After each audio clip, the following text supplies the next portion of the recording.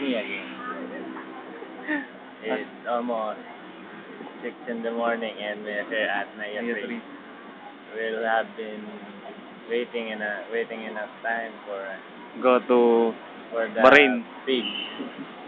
in the Babuyan Islands. Anong masasabi mo naman kay Binong? Balbino is... I can't say anything about Balbino because... Why? I'm totally pissed by her. Do you think the tito of Richard is on traffic on the way? No, he's asleep now because the shift ends at 4 and Richard will be the proxy.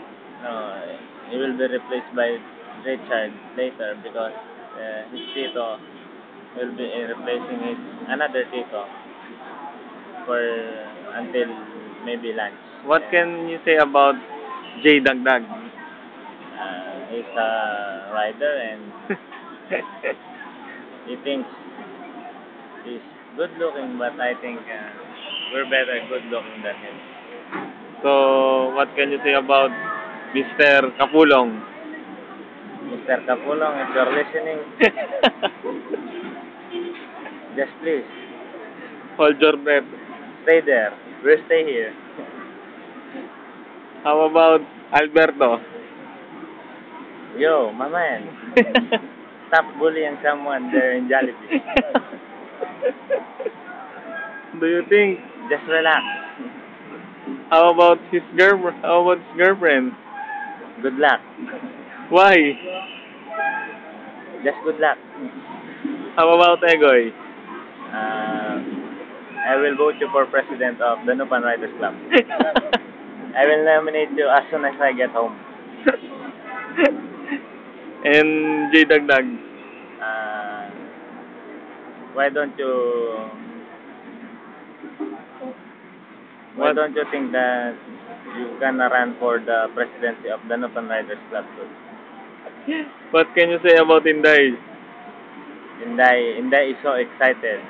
About? She didn't sleep about maybe 2 days because she is excited seeing her sister fly away. And how about Mr. Tuanyo? What can you say about Mr. Tuanyo? Every day we're doing fucking things. And only I can say is she's been pushed over by her girlfriend and nothing. What can you say about Caballo? Oh, just eat the grass there back home and watch your kids.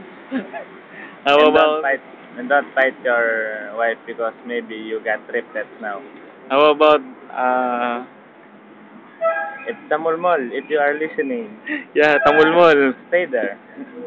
Just sit there and relax. And how about Mangesi? Mangesi, if you're in heaven or in hell, if you're listening to us, just leave a message to our voicemail number at 8232544. Goodbye. Thank you. Okay, that's enough. Stop.